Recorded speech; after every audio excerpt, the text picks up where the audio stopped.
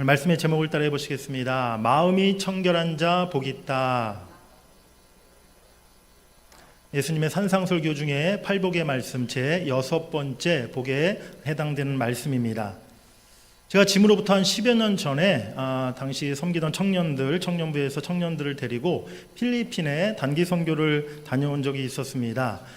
필리핀의 수도인 마닐라에서 차로 한 2시간 정도 떨어진 북쪽으로 파야타스라는 그런 마을이었는데요.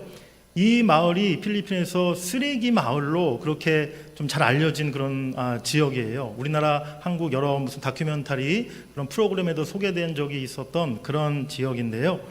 마닐라에서 배출된 많은 생활 쓰레기들을 갖다가 여기다가 다 한꺼번에 이렇게 버리는 그런 곳이었던 것이죠.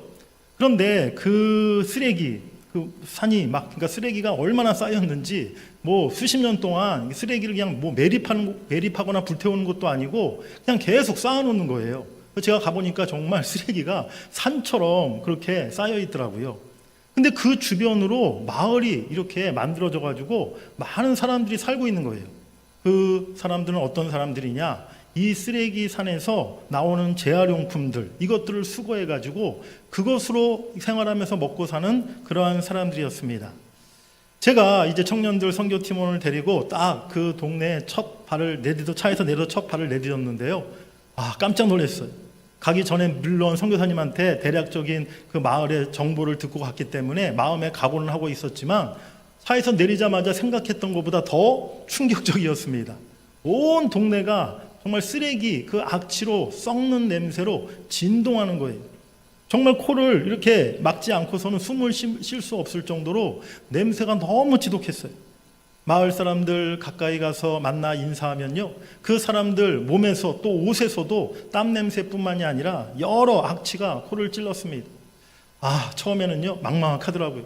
저도 이렇게 목사인 저도 인솔자인 나도 이렇게 힘든데 우리 대학생들, 이 청년들이 과연 여기서 일주일 동안 버틸 수 있을까? 여기서 무슨 사역을 하고 여기서 음식을 먹고 생활할 수 있을까? 참 앞이 캄캄했습니다.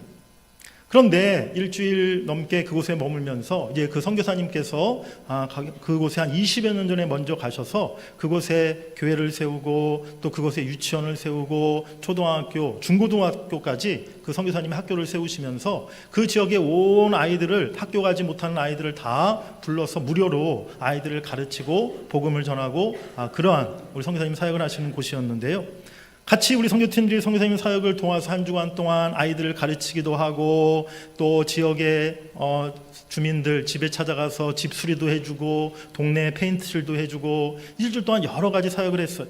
그러면서 자연스럽게 그 학교와 그 교회에 나오는 어린이들 또 성도들 또 마을 주민들을 많이 만나게 됐죠.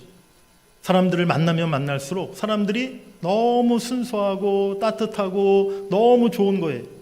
정말 한국에서 찾아볼 수 없는 그러한 따뜻한 마음, 순수한 마음, 깨끗한 마음을 가진 그런 아이들, 사람들을 만나면서 저를 포함한 우리 모든 선교팀 청년들이 정말 너무나 큰 감동이 되었어요. 일주일이 지나니까요, 처음에 그 참 코를 찔렀던 악취가 하나도 느껴지지 않았습니다. 오히려 너무 향기로운 냄새가 나는 듯한 느낌을 받는 거예요. 그 사람들을 만날 때마다, 아이들을 만날 때마다 너무 기쁘고 너무 사랑스럽고 너무 은혜가 넘치는 그러한 모든 마음을 저를 비롯한 모든 선교팀원들이 그 당시에 갖게 되었던 것이죠. 마지막 헤어질 때는 정말 다 부둥켜 안고 그렇게 눈물로 헤어졌던 그런 기억이 지금도 납니다.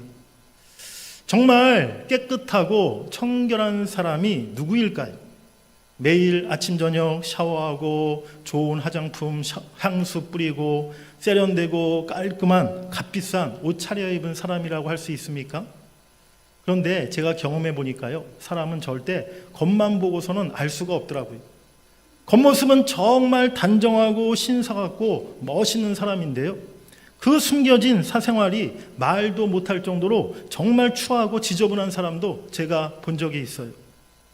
마음이 진실하고 순수한 사람, 영혼이 맑고 깨끗한 사람, 그런 사람이 진짜 청결한 사람인 줄 믿습니다.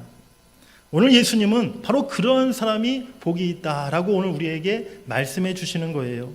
우리 본문 8절 말씀만 다시 한번 읽어보시겠습니다. 마음이 청결한 자는 복이 있나니 그들이 하나님을 볼 것이며. 아멘. 마음이 깨끗하고 청결한 사람이 하나님을 보게 될 것이라 라고 오늘 예수님이 말씀하십니다. 이것은 육신의 눈으로 주님을 본다는 것이 아니라 또 어떤 무슨 신비스러운 투시력 같은 것을 가지고 하나님을 볼 수 있다는 것이 아니라 바로 우리의 마음의 눈, 심령의 눈을 통해 하나님을 볼 수 있다는 말씀이라는 것을 여러분들이 깨달으시길 바랍니다. 마음이 깨끗해서 그 마음의 눈으로 하나님을 볼 수 있는 자가 복이 있다라고 오늘 말씀하고 있는 것이죠. 또한 요한복음 3장 3절 말씀에 보면 예수께서 대답하여 이르시되 진실로 진실로 내게 이르노니 사람이 거듭나지 아니하면 하나님의 나라를 볼 수 없느니라 라고 말씀하고 있어요. 성령으로 거듭나야 하나님의 나라를 볼 수 있다라고 예수님이 말씀하고 있는 것이죠. 우리가 성령으로 거듭나서 우리의 심령이 변화되고 깨끗해져야 비로소 영적인 눈으로 하나님을 보게 되는 것이요 하나님의 나라를 바라볼 수 있다는 사실을 여러분들이 꼭 기억하시길 바랍니다. 그렇다면 첫 번째로 오늘 하나님을 본다는 것, 과연 이것이 무엇을 의미하는 것일까요? 여러분, 하나님을 보신 적이 있으십니까? 꿈에서라도 나는 하나님을 본 적이 있다. 네, 여러분들 기도 가운데 아니면 꿈에서라도 환상 중에 우리 하나님을 직접 보신 적이 있으신 분 계십니까? 네, 보신 분이 계시다면 여러분들이 보신 하나님 어떻게 생기셨나요? 네, 금발머리에 하얀 피부에 파란 눈을 가지시고 키는 한 180 이상 되시는 그런 잘생기고 멋진 그런 하나님 예수님 여러분들 보셨나요? 그런데 우리 하나님은요, 사실은 영적인 분이시고 초월적인 존재라는 사실을 우리가 알아야 합니다. 하나님은 사실 우리의 눈으로 보거나 확인할 수 있는 그런 어떤 형상을 지니신 분이 결코 아니라는 거예요. 신학자 존 칼빈은 기독교 강요에서 하나님을 눈으로 볼 수 있는 형상으로 생각하는 것은 경건치 못한 일이다 라고 분명하게 이야기하고 있습니다. 하나님을 어떤 우리의 눈으로 보여지는 형상으로 생각하고 그것을 만들거나 그것을 섬기는 것은 결코 경건한 일이 아님을 분명히 이야기하고 있는 것이죠.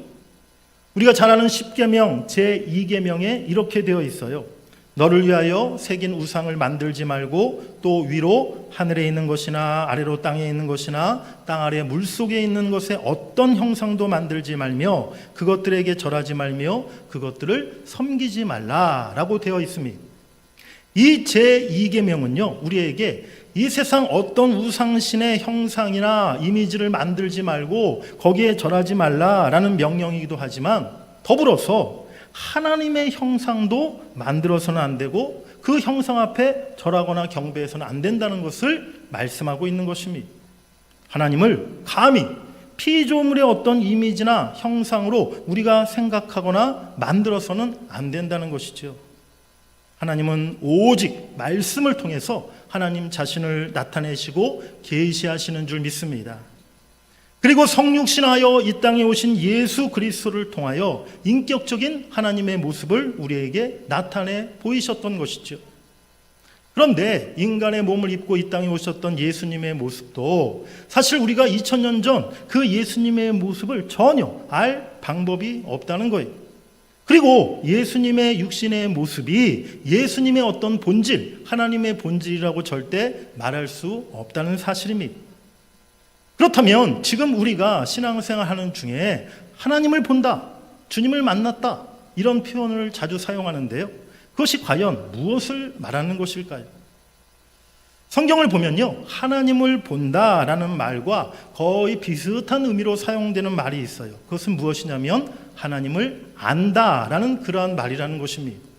하나님을 본다와 하나님을 안다 이 두 말이 거의 비슷한 동일한 의미로 성경에 자주 사용되고 있다는 것이죠. 대표적으로 우리 한 예를 제가 들어보겠는데요. 에베소서 1장 17절부터 19절 말씀 우리 한번 같이 읽어보시겠습니다. 우리 주 예수 그리스도의 하나님 영광의 아버지께서 지혜와 계시의 영을 너희에게 주사 하나님을 알게 하시고 너희 마음의 눈을 밝히사 그의 부르심의 소망이 무엇이며 성도 안에서 그 기업의 영광의 풍성함이 무엇이며 그의 힘의 위력으로 역사하심을 따라 믿는 우리에게 베푸신 능력의 지극히 크심이 어떠한 것을 너희로 알게 하시기를 구하노라. 아멘. 오늘 특별히 방금 읽은 18절 말씀 앞부분과 19절 말씀 마지막에 보면요, 너희 마음의 눈을 밝히사 하나님이 어떠한 분이신지 너희로 알게 하시기를 구하노라 라고 되어 있어요. 그런데 사실은 어떤 우리 국어 문법이나 어법상으로 보면 눈을 밝히사, 우리의 눈을 여사 그것을 보게 되기를 원한다 라고 해야 자연스럽지 않습니까? 눈이 밝혀졌으니까, 눈이 떠졌으니까 보게 돼야 되는 거 아닙니까? 그런데 오늘 사도 바울이 말씀하기를 너희 마음의 눈이 밝아져서 너희가 알게 되기를 원한다 라고 이렇게 말씀하고 있다는 거예요. 즉 눈이 밝혀져서 보게 되는 것과 알게 되는 것이 다른 의미가 아니라 같은 의미임을 오늘 바울이 말씀하고 있는 것이죠. 즉 우리가 마음으로 하나님을 깊이 알고 하나님을 경험하게 된다면 그것이 바로 하나님을 보게 되는 것임을 성경은 우리에게 말씀하고 있는 줄 믿습니다. 우리가 어떤 꿈이나 환상 속에서 비몽사몽간에 흰옷 입은 금발머리 하나님을 어렴풋이 본 것, 그것이 하나님을 본 것이 아니라 내가 지금 하나님이 어떤 분이신지를 정확히 알고 하나님의 성품과 뜻과 능력이 어떠한 것인가를, 하나님이 기대하시고 소원하는 것이 무엇인가를, 무엇보다 나를 향한 하나님의 그 크신 사랑과 은혜가 무엇인지를 분명히 알고 깨닫는 사람, 바로 그 사람이 하나님을 보는 사람임을 여러분들이 깨달으시기를 바랍니다. 하나님을 알면 알수록 우리의 마음의 눈이 밝아지게 되어 있어요. 그래서 우리가 하나님을 더 가까이 분명히 볼 수 있게 되는 것입니다. 반면 우리가 하나님을 모르면 모르는 만큼 하나님은 점점 우리에게서 희미해져 가고 하나님이 우리의 눈에서 보이지 않게 된다는 것이죠. 여러분들 모두가 하나님을 더 깊이 알고 하나님을 경험하실 수 있기를 원합니다. 그리하여 그 하나님을 날마다 여러분들의 영적인 눈을 통해, 마음의 눈을 통해 바라보실 수 있는 여러분들 다 되시기를 주의 이름으로 간절히 축복합니다. 그게 두 번째로 오늘 예수님이 말씀하신 청결한 마음이라는 것은 어떤 마음을 얘기하는 것일까요? 우리 첫 번째 따라해 보시겠습니다. 죄에서 깨끗한 것입니다. 오늘 예수님이 말씀하신 청결한 마음, 그것은 죄로부터 깨끗한 마음을 의미한다는 거예요.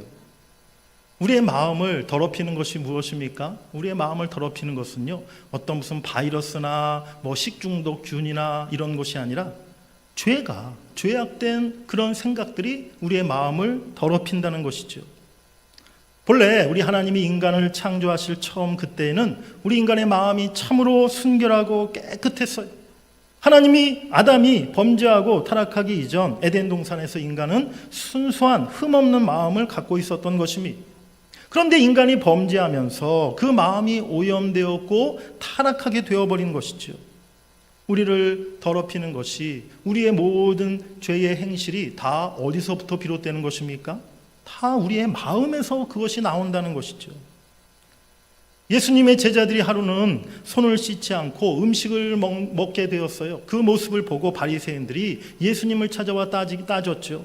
왜 당신의 제자들은 우리 유대인들의 정결 예식을 따라 손을 씻지 않고 음식을 먹었느냐라고 그렇게 예수님께 물었습니다. 그때 예수님께서 그들에게 뭐라고 대답하셨습니까? 우리 마가복음 7장 20절 이하를 같이 한번 읽어보시겠습니다. 시작. 사람에게서 나오는 그것이 사람을 더럽게 하느니라. 속에서 곧 사람의 마음에서 나오는 것은 악한 생각, 곧 음란과 도둑질과 살인과 간음과 탐욕과 악독과 속임과 음탕과 질투와 비방과 교만과 우매함이니 이 모든 악한 것이 다 속에서 나와서 사람을 더럽게 하느니라. 아멘. 모든 이와 같은 죄악된 생각들이 우리 인간의 마음으로부터 비롯돼서 우리를 더럽혀 버린다는 거예요. 그래서 우리 인간의 본성은요, 누구나 죄를 좋아하고 죄를 쉽게 따라가게 되어 있다는 것이죠. 이전에 제가 성경 공부를 할 때 사용했던 교재 가운데 재미있는 그림이 하나 떠올랐어요. 그 그림이 어떤 그림이냐? 네, 한번 그림을 보여주시기 바랍니다. 자세히 좀 보셔야 되는데요. 한 사람이 크리스찬인 것 같아요. 뭐 얼굴에 십자가 그려져 있는 거 보니까 그 머리를 어디에다 집어넣고 있어요? 지금 사자가 입을 쫙 벌리고 있는데 그 입 안에 지금 자기의 머리를 집어넣고 있는 그러한 그림이에요. 굶주린 사자가 입을 쫙 벌리고 있는데 거기에 머리를 집어넣으면 어떻게 되겠습니까? 사자가 이게 웬 떡이냐 하고 그 사람을 냉큼 삼켜 먹지 않겠습니까? 그런데 우리 신앙의 모습이 때로는 참 이와 같은 어리석고 참 답답한 모습일 때가 있다는 거예요. 주님, 저를 세상의 모든 죄로부터, 악한 것들로부터, 유혹으로부터 보호해 주시옵소서라고 기도하면서 사자의 입에 머리를 집어넣고 있는 우리의 모습을 발견할 때가 있더라는 것이죠. 그러면서 사자의 이빨로부터 나를 보호해달라고 하나님 앞에 기도하고 있는 겁니다. 어떤 의미입니까?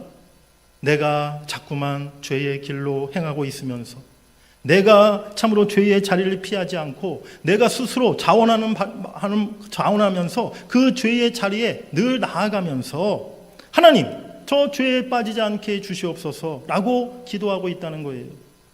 얼마나 답답하고 어리석은 모습입니까?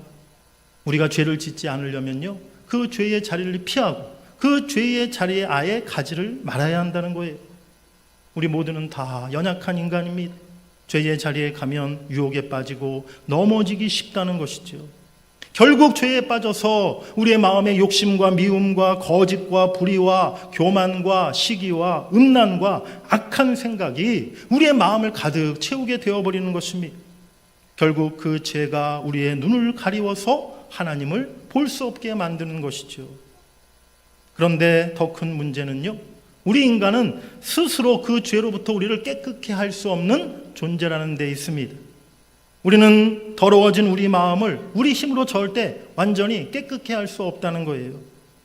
우리 인간이 깨끗함을 회복할 수 있는 길, 우리의 마음을 정결하고 거룩하게 만들 수 있는 방법이 무엇입니까? 오직 예수 그리스도 십자가 보혈의 은혜로만 가능한 줄 믿습니다. 우리 베드로전서 1장 18절 19절 같이 읽어보시겠습니다. 너희가 알거니와 너희 조상이 물려준 헛된 행실에서 대속함을 받은 것은 은이나 금같이 없어질 것으로 된 것이 아니요 오직 흠없고 점없는 어린 양 같은 그리스도의 보배로운 피로 된 것이니라. 아멘. 오직 예수 그리스도 그 보혈의 피의 은혜를 통해 우리가 정결함과 거룩함을 얻을 수 있음을 여러분들이 잊지 마시기를 바랍니다. 어느 누구든 죄와 상관없이 살아갈 수 있는 사람 아무도 없어요. 우리가 아무리 예수를 잘 믿는다 할지라도, 또한 우리가 아무리 날마다 애를 쓴다 할지라도 죄와 상관없이 우리가 하루도 살아갈 수 없는 연약한 존재임을 우리가 날마다 깨달아야 될 줄 믿습니다. 그래서 우리는 하나님 앞에 날마다 내가 죄인일 수밖에 없다는 사실을 깨닫고 내 자신을, 내 마음을 십자가에 못 박으며 내 자신을 죽이며 내 자신을 부인하는 삶을 살아가도록 힘써야 한다는 것이죠. 내 자신을 부인하고 예수님을 바라볼 때 십자가는 날마다 새로운 은혜로 우리에게 다가오게 될 줄 믿습니다. 예수님의 십자가 보혈의 피는요, 일회용이 아니라는 거예요. 한 번 우리에게 은혜를 주고 끝나는 것이 아니라는 사실입니다. 날마다 우리에게 베풀어지는 하나님의 은혜임을 여러분들이 꼭 기억하시기 바랍니다. 그러하기 때문에 우리가 십자가 은혜로 죄사함 받고 깨끗함을 얻었지만 그 청결함과 그 거룩함을 날마다 유지하고 지켜나가기 위해서 계속해서 주의 십자가를 바라보고 날마다 십자가의 은혜, 보혈의 능력을 우리가 구해야 될 줄 믿습니다. 사랑하는 여러분들, 우리의 마음이 깨끗해지지 않고서는요, 하나님을 볼 수가 없어요. 예배 때에 왜 나는 하나님의 임재가 느껴지지 않고, 왜 예배 때에 내가 찬송을 불러도 기도를 해도 내 마음은 차디차고 하나님의 그 영광이 전혀 경험되지 않는 것입니까? 아무리 기도하려고 눈을 감고 주의 이름을 불러보지만 왜 하나님이 보이지 않고 하나님이 왜 느껴지지 않는 것입니까? 먼저 우리 안에 남아있는 모든 죄를 청산하고 죄의 찌꺼기들을 깨끗이 청소해야 할 줄 믿습니다. 그리고 날 때 비로소 하나님을 밝히 볼 수 있는 우리의 심령의 눈이 활짝 열리게 될 줄 믿습니다. 코로나19가 지나갔지만 불과 사실은 얼마 되지 않았잖아요. 코로나19가 한참 유행일 때 참 그 코로나 바이러스로부터 우리가 감염되지 않기 위해서 얼마나 무진장 우리가 애를 썼습니까? 개인이 조심하고 또 모였을 때 조심하고 국가적으로 여러 가지 또 법을 만들어서 철저하게 우리가 참 조심하고 또 조심했잖아요. 코로나 하면은 지금도 세 가지가 저는 딱 생각납니다. 첫 번째는 소독제. 매일같이 그냥 손을 수십 번도 소독제 해가지고 가는 곳마다 소독제가 있어가지고 손에도 바르고 몸에도 막 약을 뿌리고 또 교회에도 집에도 이렇게 분무기 같은 걸로 해가지고 온갖 군데다가 소독약을 다 이렇게 뿌리며 지내지 않았습니까? 그리고 3년 내내 하루도 마스크를 벗지 않고 우리가 또 지냈잖아요. 두 번째, 마스크가 생각이 나요. 네, 지금도 또 우리 예배 가운데 마스크 쓰고 있는 청년들이 아직도 여전히 있는데 마스크가 뗄래야 뗄 수 없는 그런 필수품이 되었었어요. 세 번째는 또 나라에서 시행했던 사회적인 거리두기가 또 생각이 납니다. 얼마나 참 힘들었습니까? 그냥 가족 간에도 4명 이상, 5명 이상 모이지 못하도록 그렇게 했던 적이 있었잖아요. 손소독제 엄청나게 사용했죠. 마스크를 항상 쓰고 지냈죠. 사회적 거리두기를 철저히 우리가 지키며 살았습니다. 그런데 코로나 바이러스도 조심하고 감기 독감 바이러스도 이렇게 우리가 조심해야겠지만 더 우리 그리스도인들이 조심할 것이 무엇입니까? 사단이 우리 가운데 뿌려놓은 영적인 시험의 바이러스를 우리가 더 조심해야 될 줄 믿습니다. 소독제로 늘 손을 씻는 것처럼 날마다 우리가 회개를 통해서 예수의 보혈로 우리의 마음을 깨끗이 씻어야 한다는 거예요. 마스크를 써서 바이러스를 방지했던 것처럼 날마다 말씀과 기도의 경건 생활을 통해서 죄의 바이러스가 우리 안에 침투하지 못하도록 우리가 그렇게 그것을 막아내야 될 줄 믿습니다. 더불어 오늘날 세속의 가치관에 물들지 않도록 세상의 가치관과 오염된 세상 문화와 우리가 거리두기를 하는데 힘써야 한다는 거예요. 죄를 멀리하고 죄로 물든 마음을 깨끗이 날마다 씻어서 언제나 주님 앞에 청결한 마음, 거룩한 마음을 지켜나가시는 여러분들이 되시기를 간절히 바랍니다.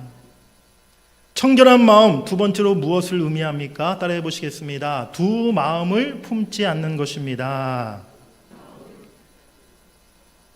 청결하다는 말은요, 또 다른 의미로 섞여진 것이 없다, 섞은 것이 없다라는 그러한 뜻이에요. 뭔가 두 가지 이상이 섞여지면 그것이 순수하다라고 말할 수 없잖아요. 우리의 마음이 어떤 위선이나 둘로 나뉘어진 마음이나 이중적인 동기를 가지고 있다면 그것이 청결한 마음이다라고 말할 수가 없다는 사실입니다. 신학자 키에로 케고르가 청결을 이렇게 정의를 했는데요. 청결이란 우리의 의지가 한 대상만을 향하여 드려진 마음이다라고 이렇게 설명했어요. 그렇습니다. 우리의 마음이 갈라져 있는 것이 아니라 둘로 나누어져 있는 것이 아니라 오직 하나님만 바라보며 하나님께 온전히 드려지는 것, 바로 그것이 청결한 마음이라는 사실을 여러분들이 기억하시길 바랍니다. 불륜하고 외도를 저지르면서 두 마음을 품고 있는 거죠. 당연히 그 마음이 결코 아름답다, 순결하다, 깨끗하다 우리가 그렇게 이야기할 수가 없잖아요. 어떤 남편이 바람을 피면서 아내에게 한다는 말이 나는 당신을 최고로 진심으로 사랑해. 그런데 그녀도 사랑해. 이게 말이 됩니까?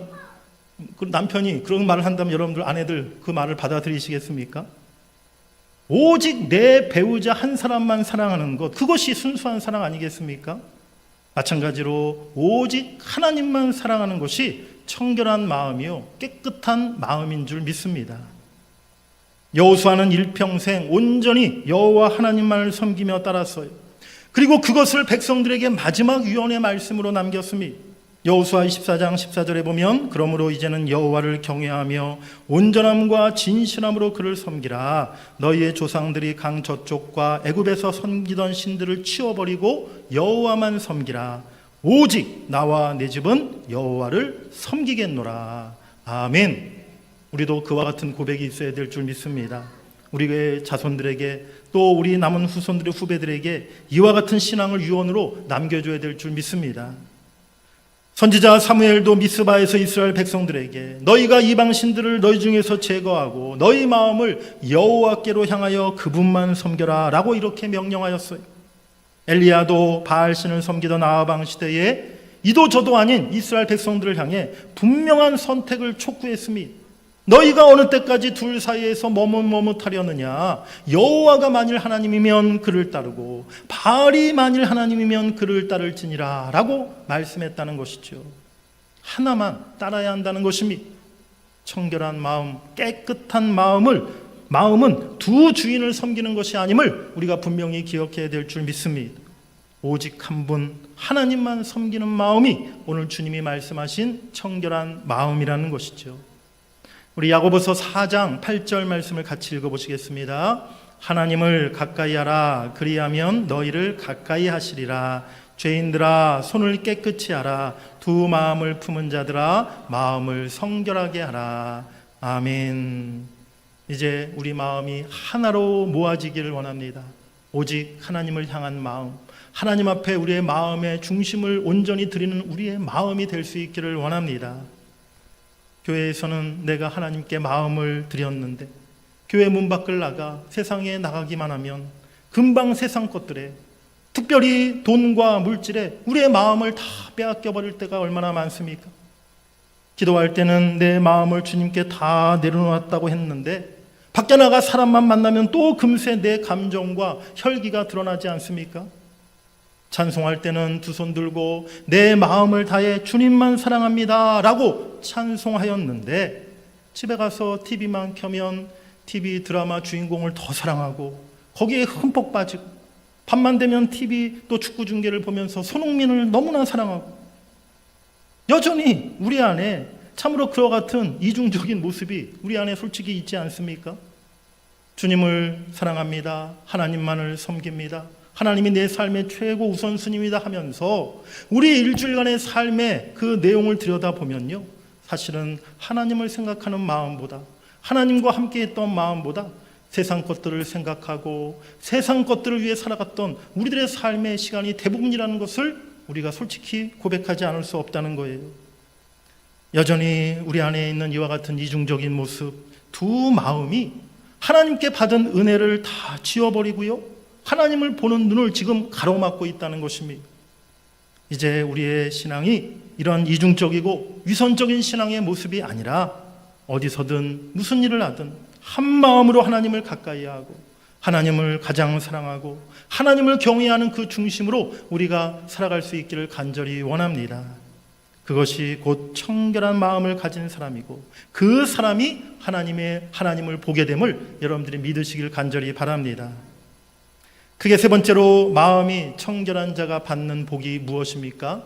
오늘 본문 우리 8절 말씀을 다시 한번 읽어보시겠습니다. 시작. 마음이 청결한 자는 복이 있나니 그들이 하나님을 볼 것이며. 아멘. 구약시대 우리 인간이 하나님을 본다는 것, 이것은 곧 죽음을 의미하는 거였어요. 죄인된 인간이 지극히 높으시고 거룩하신 하나님을 절대로 볼 수가 없었던 것이죠. 그렇기 때문에 지금 우리가 하나님을 영적으로 볼 수 있다는 것, 이것이 우리에게 커다란 축복이라는 사실을 우리가 분명히 깨달아야 될 줄 믿습니다. 눈을 감으나 뜨나 하나님이 보이고 그 마음에 하나님이 가득 채워져 있는 사람, 바로 그 사람이 가장 복 있는 사람이라는 것이에요. 우리 하나님이 어떤 분이십니까? 온 우주 만물을 창조하시고 다스리시는 전능하신 하나님이신 줄 믿습니다. 우리와 맺은 약속을 반드시 이루시는 신실하신 하나님이세요. 날마다 우리를 푸른 초장과 실만한 물가로 인도하시는 가장 선하고 좋으신 우리의 목자 되시는 줄 믿습니다. 우리의 연약함과 우리의 고통과 우리의 눈물을 아시고 우리에게 한없는 용서와 긍휼과 은혜를 베푸시는 사랑의 하나님이 우리 아버지 되시는 줄 믿습니다. 그 하나님을 우리가 날마다 볼 수 있다면, 그 하나님이 내 안에 계심을 우리가 날마다 확신하고 살아간다면 우리의 환경과 형편이 어떤지 간에 우리는 아무런 걱정, 근심, 두려움 없이 이 사랑 세상을 살아갈 수 있다는 거예요. 그 하나님으로 인하여 항상 기뻐하고 감사하며 믿음과 소망과 용기와 담대함을 가지고 우리가 이 세상을 하루하루 살아가며 복된 인생을 걸어가게 될 줄 믿습니다. 믿음의 주요 온전케 하시는 예수님을 바라보고 그 하나님을 날마다 쳐다보는 사람, 세상의 요동쳐도 절망하거나 결코 두려워하지 않습니다. 문제는요, 오늘 우리를 둘러싼 세상이 얼마나 지금 심하게 요동을 치고 있느냐, 거기에 있는 것이 아니라 지금 우리가 하나님을 보고 있느냐, 보고 있지 않느냐, 지금 우리 눈에 하나님이 보이느냐, 보이지 않느냐, 거기에 달려있다는 사실을 오늘 이 시간 여러분들이 깨달으시길 바랍니다. 하나님을 보고 살아가는 사람은 이 세상이 감당치 못하는 강한 믿음의 삶을 살아가게 될 줄 믿습니다. 또 마음이 청결한 사람, 이제 주님 다시 오시는 그날 장차 우리 모두가 천국에 들어갈 때 하나님을 가까이 분명하게 보게 될 것이다 라고 성경이 말씀하고 있어요. 우리 고린도전서 13장 12절 말씀 같이 읽겠습니다. 우리가 지금은 거울로 보는 것 같이 희미하나 그때에는 얼굴과 얼굴을 대하여 볼 것이요 지금은 내가 부분적으로 아나 그때에는 주께서 나를 아신 것 같이 내가 온전히 알리라. 아멘. 지금 우리 세상에서는 우리가 하나님을 보는 것, 또 하나님을 아는 것, 이것이 지극히 부분적이고 제한적일 수밖에 없지만 이제 천국에 가게 되면요, 얼굴과 얼굴을 마주하는 것 같이 하나님을 보게 될 것이요 하나님을 온전히 알게 될 것이다 라고 말씀하고 있어요. 우리가 이 세상을 살아가면서 신앙생활하는 가운데 사실은 하나님의 뜻이, 하나님의 그 생각이, 하나님의 말씀이 정확히 무엇인지 알지 못해 우리가 참 고민되고 또 우리 마음에 여러 가지 궁금증이 있을 때가 많지 않습니까? 하나님, 왜 이런 말씀이 성경에 기록되어 있습니까? 하나님, 또 왜 이런 일을 행하시는 것입니까? 하나님, 내 인생에 왜 이와 같은 고난이 있는 것입니까? 세상에 여전히 불의와 세상에 이해할 수 없는 재앙과 세상에 이렇게 고통받는 많은 사람들이 있는 이유가 무엇입니까? 사실 우리가 참 아무리 고민하고 아무리 성경을 읽어봐도 정확하게 하나님의 뜻을 알 수 없는 그런 부분들이 분명히 있어요. 그런데 우리가 천국에 가면 그 모든 것을 명확하게 알게 되는 줄 믿습니다. 하나님을 분명히 보게 되고 하나님의 뜻을 분명히 알게 될 그날을 여러분들이 사모하시기를 간절히 바랍니다. 사랑하는 여러분들, 우리가 죄로 인해서 더럽혀지고 또 참 하나님 앞에 부끄럽고 비참한 삶을 살아가는 것은요, 우리 눈에 거룩하신 하나님이 보이지 않기 때문인 거예요. 세상을 살아가면서 우리가 힘을 잃고 낙심하고 주저하는 것은요, 전능하신 하나님이 우리 눈에 보이지 않기 때문이라는 것입니다. 거룩하신 하나님을 날마다 보고 있다면 우리가 어찌 그 하나님 앞에서 내가 쉽게 죄를 범할 수 있겠습니까? 전능하신 하나님이 지금 내 눈앞에 보인다면 어찌 우리가 낙심하고 절망할 수 있겠습니까? 마음이 청결하여 하나님을 보는 자가 진정 복 있는 사람인 줄 믿습니다. 여러분들, 세상을 보지 마시기 바랍니다. 세상에 속을 수밖에 없어요. 사람을 보지 마시길 바랍니다. 사람에게 실망할 것밖에 없어요. 오직 하나님만 보면서 하나님을 더 가까이 하며 살아가시는 여러분들 되시기를 간절히 바랍니다. 마음이 청결한 자가 하나님을 볼 수 있는 복된 사람이라 라고 오늘 말씀하셨어요. 오늘 예수님이 가르쳐 주신 또 한 가지 우리 인생의 행복의 길이 여기에 있습니다. 부디 오늘 이 말씀을 여러분들 마음에 꼭 새기셔서 날마다 여러분들의 마음이 더 주님 앞에 청결케 되고 거룩해 되기를 원합니다. 그리하여 우리 하나님을 더 깊이 분명히 알게 되시고 보게 되시고 경험하시는 그런 복된 삶을 살아가시는 여러분들 다 되시기를 주의 이름으로 간절히 축원합니다.